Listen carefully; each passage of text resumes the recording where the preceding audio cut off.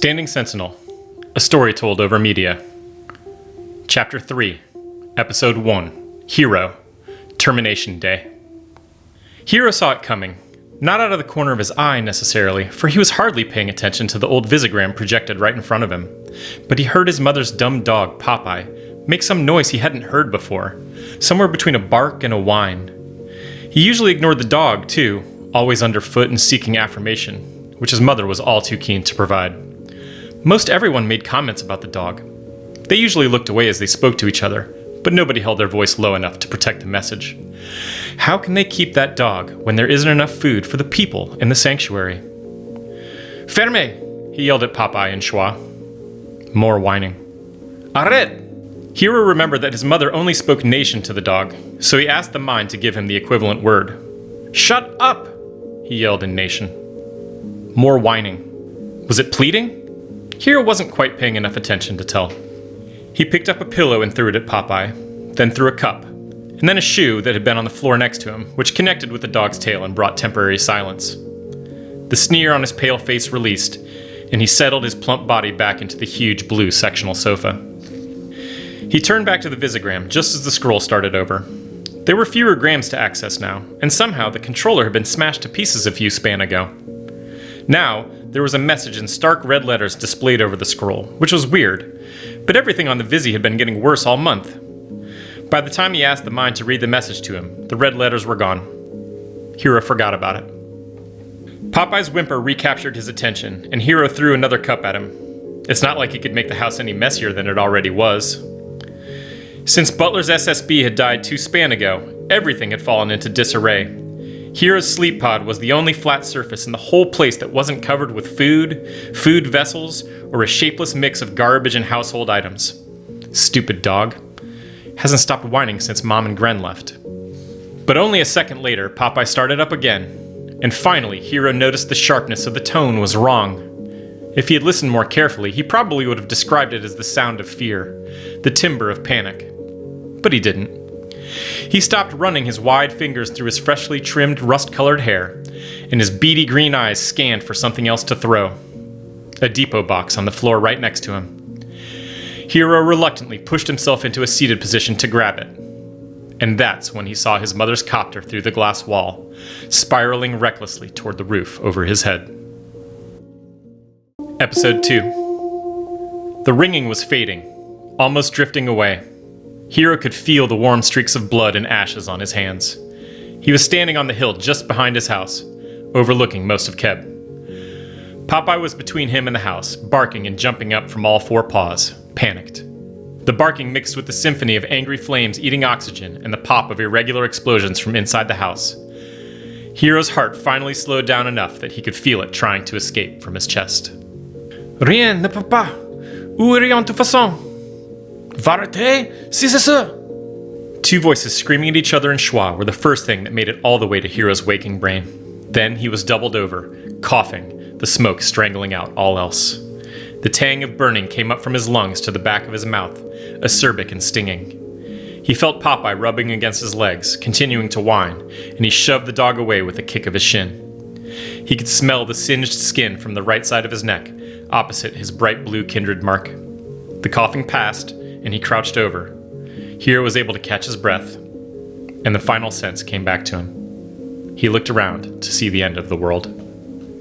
Keb was in darkness, save the fire engulfing his house. He had no recollection of getting out. The only 2-story house in all of the sanctuary was hardly recognizable. The roof had collapsed in, and the walls that had once formed the corner nearest to him were a billowing haze, hiding a twisted pile of fire. Hero just stood there. Popeye barked. The pathlights between the houses loomed vacant overhead. The lights in the Jenga section of the sanctuary sometimes didn't work, but Hero had never seen them off during the night in Keb. He looked between the dark silhouettes of houses down the hill toward Jenga. The lights were out down there as well, and a monstrous fire was crawling through a section of the crowded houses. Everywhere, people were running in the distance. An aimless thought crossed Hero, barely holding space in his brain. They all seemed to be running away from him. Episode 3. Shows up, boire! Suddenly he was coughing and retching again, and he went down onto his knees. The furry, honey-brown form of Popeye jumped up on him, nearly knocking him over. Over there! He coughed out. The need for something to drink, something to cool his scorched throat, blotted out everything else. He stood up and stumbled back toward what was left of his house. Just as he lifted his head to take in the whole picture, the entire second story collapsed in on itself, and the diminished flames started to sprout again. Over there! He couldn't actually form the words, but his brain screamed it. Popeye barked and butted against the front of his legs as if trying to stop him.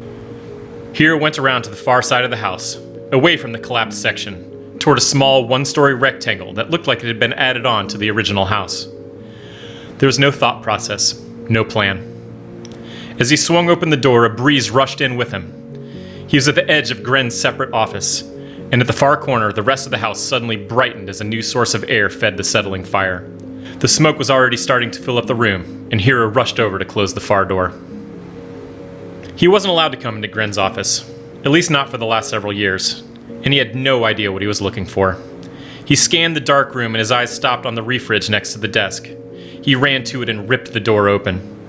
He grabbed the first thing he saw, an aquapack, and recklessly opened it, spilling more than half the water onto the stone floor. He got the rest to his mouth and swallowed, coughing as he finished. He opened the second pack more carefully, then only drank down half before retching again. The water calmed down the single-mindedness to soothe his throat, and Popeye's incessant yelp from just outside startled him back to the present. The smoke in the room was too thick already, and he needed to get out. But a primal part of Hero's brain, seldom activated and never heated, was fighting the automatic response to flee. Some slight piece of him knew that this was the only chance to grab anything useful, the last opportunity to have anything other than the loose blue cotton sweatshirt, gray tech pants, and low black boots he was wearing.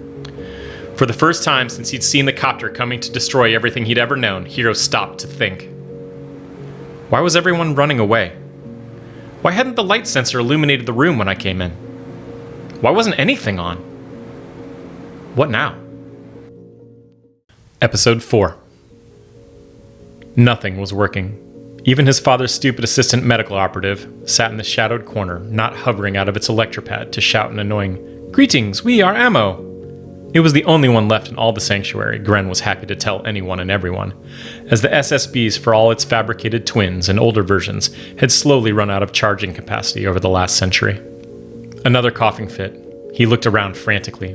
There were more aquapacks in the refrige, and he grabbed a handful, then realized he needed to put them in something. A quick scan. Gren's almost new Sacado was on the back of a chair, one shoulder strap over the top. Hero grabbed it and dumped out the contents onto the ground. An Orden pad with some thin paracord wrapped around it, a winter cap, a pack of credit chips, a white kit med, some unmarked bottles and pods full of Gren stuff, an old script pad, a rolled up sani, a rolled hemp of twine, and a pair of socks. He shoved the aquapacks into the Sacado, then knelt down below the smoke to reach the Orden pad. No time to take the stupid rope off of it, hoping its SSB would still have a charge. And the pack of credit chips. He abandoned a brief thought to look for more money, and then grabbed the hat and pad of paper off the ground and stuffed them back in. As Hero stifled another coughing fit, he quickly scanned Gren's office. The shelf over the refrige had some rebars, and he shoved those into the bag. The desk? Nothing. Hero ran over toward the door he had just closed, hoping to get into the more familiar parts of the house. He thought of toilet roll, but he remembered that it had all been destroyed in a weird flood. Then remembered food in the kitchen. But as he started to grab the square door mech, he yelped and pulled back, his hands screaming with a patterned burn from the metal. The quick inhale afterward doubled him over coughing again, and he turned away from the door at the sound of the hiss behind him. The fire tet in the center of the room weakly spat a whistling mix of water and air, covering the med pod in the center of the room, the dim light from the windows glinting off the droplets on top of its lid. His dad, Gren, had bragged about this too. Most of the neighbors came over and paid well to use it, not just for sickness and injuries, but also for cosmets. Hero briefly wondered if he could climb into it and program it to heal the burning he still felt in his lungs. Then he started away. Halfway to the back door, Popeye rushed in and grabbed his shirt with his teeth, pulling Hero toward the clear air outside. On the way, Hero, without thinking, leaned down and raked up the rest of the things that were in the Sacado before he dumped it out, stuffed them back into the bag, and made his way out into the firelit night. As he shut the door behind him, the growl and hum of the fire from the far side of the house was overwhelming, as was the heat. But Hero stood frozen to the flat stone landing just outside of Gren's office. He had no idea what to do next. Popeye barked. Episode 5. One day after. Following the dog wasn't a decision. Not that Hero noticed. He never made decisions. Almost all choices were made by the all-powerful command center, especially after the deadly outbreak of the pneumovirus had wiped out all the elders a decade ago. Hero had spent the last 16 years letting his parents and the mind tell him what to do, on the rare occasions there was actually a decision to be made. So as Popeye turned and began a frantic canter away from the corpse of the house, Hero heaved the laden backpack onto his shoulder and followed. He looked down at the palm of his right hand, throbbing red with the burn from the door mech. A perfect diamond with 2 lines running in from the side. He came back to the waking world a quarter of a second before his face slammed into a patch of frost-dusted grass. A mindless walking sleep had carried him to a hole in the outer wall, and as he made his way through after Popeye, an aimless step caught his foot on the edge of an abandoned speeder tail. His brain woke up to the sense of falling down. The thin gray layer of sky on the horizon ahead of him hinted at the end of a sunrise. Hero wiped the quick melting snow off his cheeks and out of his eyes. It actually felt good on his burned hand and neck. Pushing up to his knees, he paused to consider his surroundings. The pile of surrounding mechanical carcasses dragged him back to the night before, seeing the last functioning copter, his mother's copter, destroy his house, his family, his world. But then, a heavy black curtain got pulled down in front of the scene, and it was gone. His eyes focused on the hint of a path worn through the grass, mostly clear of the light snow that had fallen through the end of the night. He hadn't been outside the walls in several years, and certainly never here. Popeye was stopped a few meters ahead of him, where the line of the junkyard seemed to give way to the underbrush of unkempt forest. Perhaps, in a nod to security, the trees had been cleared from this area more than 50 years ago, but now the chaos of unchecked nature had taken over. Popeye lifted his head and looked back at Hero from where he had stopped to sniff. Then he trotted ahead. Hero grunted as he pressed himself up from his knees, teetering backwards slightly as the weight of the backpack caught him unprepared, and then started forward on the thin strip of matted grass and worn earth that led away from the sanctuary. There was no plan, no direction, other than to be led forward by the decisiveness of an animal he had never been interested enough in to dislike. Episode 6. All of Hero's muscles froze at once as Popeye let out a yelp, a mix of terror and pain. The sun was all the way up now, but dulled and obscured by a thick cotton layer of gray clouds stretched out in all directions.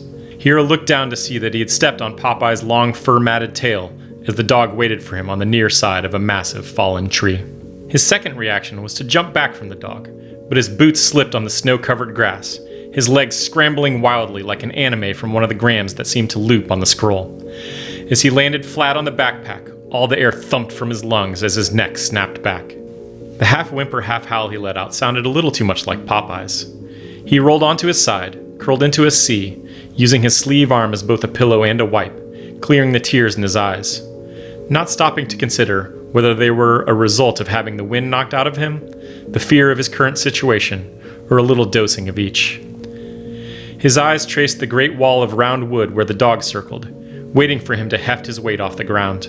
He thought about staying down, just giving up here, but the ground snow had weaseled to where his close-cropped russet hair exposed his neck, and he rolled onto his also cold hands and the padded knees of his tech pants. Hero started to sob until Popeye shoved his head underneath the arch of Hero's body and began to lick his face. Ase! Hero yelled at Popeye, but the dog didn't stop. Finally, using his arms to both push himself up and the dog away, Hero swayed to face the enormous fallen tree, and after a few steps looking left, and then the same to the right, he gave in to the obvious. Popeye lifted his nose directly ahead at the top of the 2-meter-high obstacle, as if confirming it. This is the way. Given the slick coat of snow on the wood and Hero's awareness of his uncoordinated incompetence, the task of getting over the log seemed Herculean. But after a closer look, there appeared to be decent handholds just below his shoulder level, and the arch over the log at that particular spot seemed a little less slippery, as if the snow had been cleared from it earlier. After tossing the sack of dough to the top, it took him 4 tries, but he was finally able to prop himself up and press onto the top of the fallen log. Popeye yelped wildly from the ground, no chance of making it up onto the giant tree trunk. Hero looked down at the dog, but not long enough for any contemplation or decision. He swung his legs around to the other side and hopped down onto the continuation of the narrow path onward. His eyes caught the glint of a credit chip on the ground ahead of him, a dull shine above the backdrop of dusted snow. Throwing the backpack over his shoulder, he knelt carefully to pick it up. Popeye's frantic barking from the other side of the tree faded away as Hero walked on. Episode 7. Any reasonable person wouldn't have eaten all the food. The darkness on top of the hill was absolute. Hero had climbed up, hoping to get some sense of where he was, but the fall of night and the canopy of trees erased even the shadows. There had rarely been a time in Hero's life where he'd had to make a plan, to solve a problem, to figure something out. It had always been delivered to him by either his parents or the mind. He'd never learned to read, or cook, or even to think through a single stretch of time alone. And so he checked his backpack again, putting it down between his bent knees as he sat leaning against a tree, shoving everything first to one side of the swollen bag, then to the other. Nothing. All the food was gone. He had found a half-empty aquapack on the top of this very hill, right by the tree he was leaning against. He already finished that too, though he did have 2 more aquapacks left. There was a faint spark of wonder about how a water container would have made it out to this remote location, but not quite enough for any sort of dot connecting. No hypothesis or conclusions. A lifetime without any practice makes for an acute level of imperfection. The present circumstances left Hero too terrified to think about much else anyway. Alone, directionless, hungry, in the middle of the night. He had never had the opportunity to learn whether or not he was afraid of the dark, but now, presented with such a vast and encompassing version of it, the nyctophobia creeped into every corner of Hero's thoughts. Worse still was the cold. There had been one single night the previous winter when the heat system malfunctioned on their house. Gren had spent most of the night working to fix it, with Hero and his mother bundled under blankets in the living room, watching the scroll and complaining loudly during the breaks in the grams. He would have given anything. Well, he didn't have much of anything, but still, he would have given anything to be back under those blankets again. But those blankets, the house, his mom and Gren, the black curtain blocked out all those thoughts, and he returned to shivering. The thin blue cotton shirt he was wearing, quite the status symbol in the sanctuary, as both cotton and blue dye had all but vanished since the reckoning, wasn't warm to begin with, and was now damp enough to actually make him colder. Hero didn't consider that the large sani from Gren's backpack was the only reason he wasn't freezing to death. The soft metallic material was a remnant from a more prosperous part of the past. A lightweight synthetic silk that was almost indestructible, waterproof on one side, and retained body heat with almost perfect efficiency on the other. The black sani wrapped around his shoulders was more of the shiny cloth than most people in Jenga had ever seen in their lives, as there was no knowledge of where it came from or how it was made. Hero didn't bother considering any of that. He only lamented that there weren't any gloves with Gren's hat. He started to think of what else he should have grabbed, when in the complete darkness, the faint edge of a smell startled him. Smoke. He coughed almost from reflex, and immediately the panic of the night before started to close in on him, an unseen claustrophobia. He squeezed every muscle in his face to keep his eyes shut, something between a scream and a hum following close behind the cough in the back of his throat.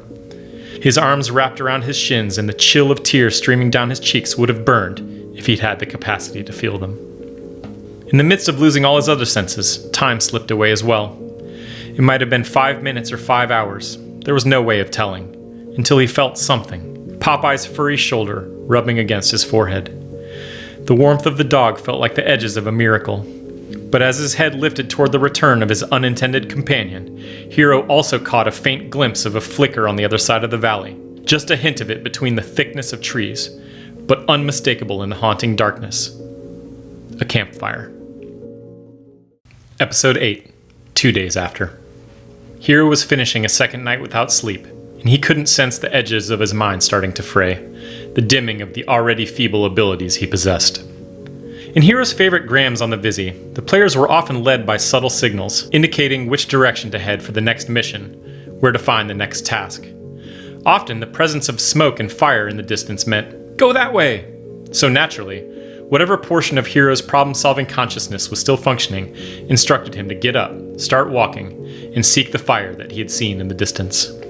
But still, the blind instinct for survival swept him back to the night before. smoke and fire casting destruction down on his entire tidy world. He shook the burn of his hand as his footsteps carried him slowly down the gentle descent, pine needles giving way to underbrush, then to bushes and bramble grown taller than him. These two conflicting messages scrolled in counterpoint through his mind. Seek the fire. Fear the fire. Popeye stayed 2 steps behind, seemingly grateful to be back together with his moving human again. The next register from a walking doze, a firm grasp on his right foot pulling off his shoe. Hero was not quite aware enough to be afraid. He looked down to see that the muck and mire at the edge of the swollen valley creek had swallowed him to the ankle. He was in danger of losing his loosely tied boot. Popeye, who had been lapping at the water a few feet away, sensed something awry and let out a long howl.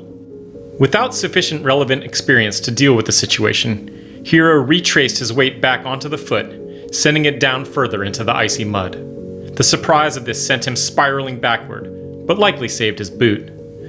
As he fell back away from the creek, this time his hips twisted to avoid landing like an inverted turtle on his backpack as he'd done the day before. His toes flexed up and pulled the boot out of the sludge a split second before his entire left side crashed into it. The sensations flooded him. The clap of his rigid full body hitting the wet surface, the smell of nature's decay as the silt ran into his nose and the corner of his eye, the jar of bitter chill wiping away all the heat that the hike had gathered. He pressed his right hand down, fingers digging into the wet dirt and pebbles, to push himself up. Had the creek not been so frigid, he might have stayed down right there, for good.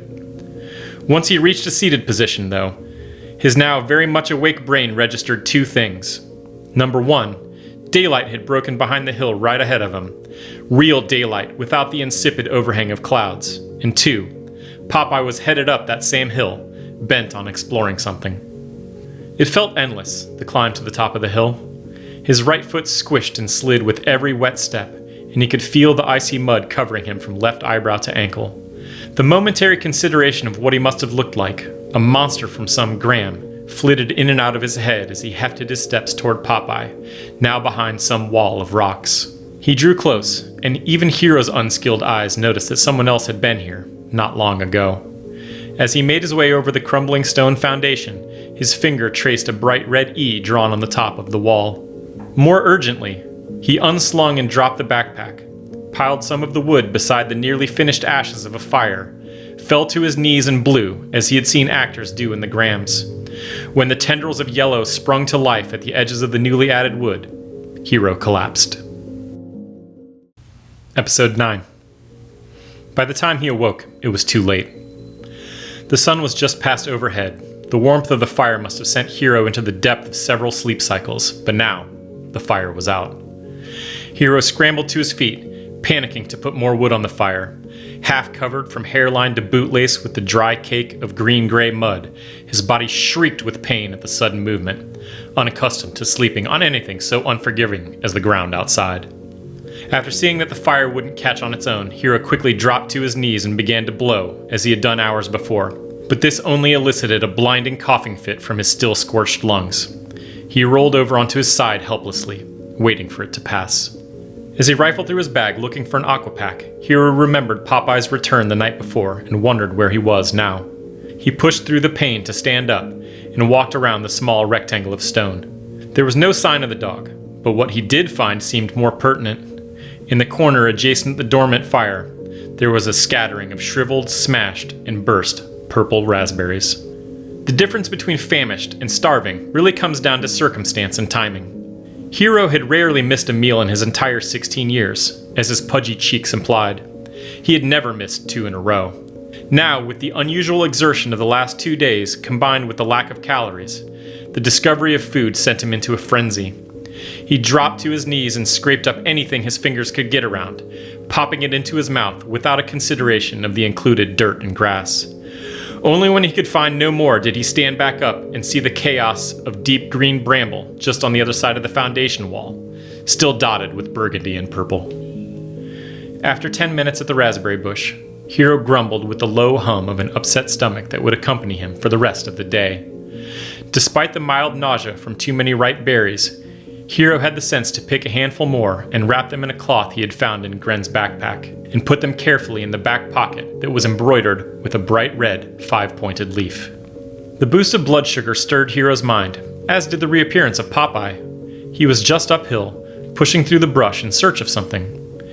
Hero pulled himself up onto the waist-high stone wall and looked around. At the raspberry bushes, the fire, the scrawled red letters. Someone had been here, right here, with fire and food, and Popeye was probably trying to find them. Hero gave not one thought to who it might be, how many, or what they might be doing. At that instant, Standing Sentinel over a sunny homestead rekindled after some 150 years, Hero made the first real decision of his entire life. Not only was he going to follow their trail, he was going to catch them. Episode 10. Hero almost got caught. He had followed the trail for the whole day, or more pointedly, Popeye had followed it. A lifetime inside the walls of the sanctuary had left Hero soft and simple, but some parts of tracking and woodcraft are as simple as finding only 2 sets of footprints in the soft dirt, and someone left 2 eggshells and a chain of flowers here. He knew it wasn't a big group, and that one of them was a child. When Popeye started to sniff where a sapling had been cleanly cut down, and then a kilon later found bark and wood shavings near a shaded log just the right height for sitting, Hero knew they were more prepared than he was. Nightfall. That's when he expected to see them, to catch up to them, and he had made up his mind to keep pressing on until he did. But that's not how it happened. The sun was still barely fighting through the trees behind him as Hero drudged through a dense thicket of chokeberry bushes. A name he didn't know, but would have found appropriate, having spit out the severe little black fruit. Hero froze at the sound of a voice rising in song, still far enough away that he only caught one word. Butterfly. But it was unmistakable. He called, quietly but sharply, for Popeye to return from a few paces ahead. So close to sunset, Hero had hoped that they wouldn't move much further before stopping for the night. Under the cover of an almost moonless night, he would sneak up near their camp. Not close enough to let his presence be known, only to see what they looked like and what stuff they had with them. That was the plan, but that wasn't what happened. Hero made himself wait in the chokeberry bushes until the crazed nerves inside him were about to erupt, and then waited longer. As daylight drifted away and night overran the area, he could see the gleam of a fire bouncing off the underside of the trees a few hundred meters ahead. But still he stayed put, waiting until it might be reasonable to expect them to be asleep. The thought of someone keeping watch or staying awake for safety never entered his mind. Only when the white-blue sliver of moon was directly overhead did he make his move.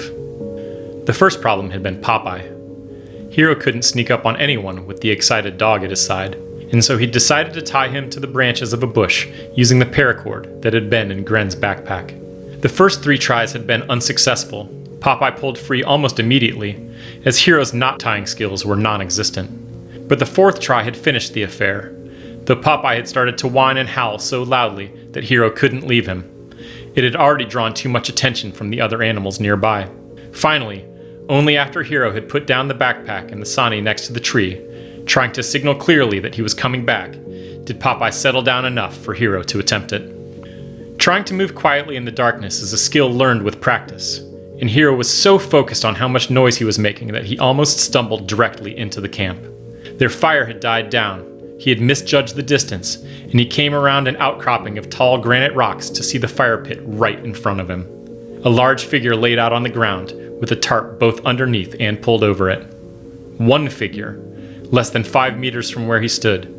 Where was the other? Panic overtook him as he heard some rustling from behind the boulders on the side opposite where he turned. He froze only for a moment, then looked down to see an alame, a real fire starter, almost within his reach ahead. Facing the prospect of another chilled dark night, he darted forward to grab it, and retreated behind his side of the rocks as the rustling approached from the other. He almost got caught. But as he sat down next to the fire he'd started in a small clearing surrounded by the chokeberry bushes, Hero remembered the line from one of his favorite old grams. Almost only matters in bombs, rhymes, and revenge. Episode 11. 4 days after. It was a 2-part decision. No, really, it was 3. Hero had lost a full day, lost his way, and lost the trail of the people he was following. 2 nights ago, the warmth of his very own fire had been such an incredible comfort that he overdid it, making up for lost sleep until the sun was nearly even with the treetops, waking only to put more wood on the fire and to eat a few raspberries from the backpack. Unfortunately, he had left open the red-leafed rear pouch, and the surrounding squirrels and birds had helped themselves to the rest of the meager food still left. It had been an ominous start to the day, and it didn't improve when Popeye wasn't able to pick up the trail from the stranger's camp. He would seem to find something and trot off, but kept returning to the fire pit as if there were traces of the people moving off in all directions. Popeye's bushy tail was limp and he was moving very slowly. And as Hero struggled with the unfamiliar pangs of hunger, he finally pieced together that Popeye probably hadn't had anything to eat for several days either. And so the two of them had spent most of yesterday occupying a camp deserted by the very people they were trying to find. Hero had tried to remember every gram he'd ever watched, every game he'd ever played, anything that might help him figure out how to get some food. Around midday, he even considered returning to the raspberry bush, but even his poor reasoning skills knew that would create more problems than it solved. Popeye wandered off for several hours in the afternoon and returned caked in red-brown mud, smelling so foul that Hero made him stay on the other side of the fire, but his energy seemed to have returned. This morning, Hero woke early. In fact, he had barely slept. He felt like his body was slowly eating itself, and the low drum of a headache had been ever present throughout the night. He packed what little he had bothered to get out of the backpack and wandered toward the sunrise, a refreshed Popeye staying a few steps ahead of him. He was standing at the edge of the river before he even noticed it, the drift of the water so quiet and slow that its darkness didn't register as different from the forest floor in the early morning. By sheer chance, Hero turned right, following the advancing curve of the river. That's when Popeye's tail perked up, and he started following something again. They came to a tree that had dropped some 1,000 small brown, shriveled balls on the ground, and Popeye sniffed excitedly at a pile where many had been broken open on a large, flat rock. After giving it a try, Hero sat down and ate walnuts until the drumming headache was replaced by a relentless thirst, and as he wandered back to the river, he saw it. The small wooden shed, and just past that, a huge area of disturbed dirt and upturned rocks right at the water's edge, showing plainly enough that something had been dragged into the river. His eyes traced across the drifting water, and on the other bank, maybe half a kilometer down, he saw smoke side-lit by the afternoon sun. And so Hero, with just enough calories in his belly to clear his head, had 3 decisions to make. 1. Did he cross the river now in the advancing darkness, or wait until morning and risk losing the trail again? 2. How would he get across? And 3. What about Popeye?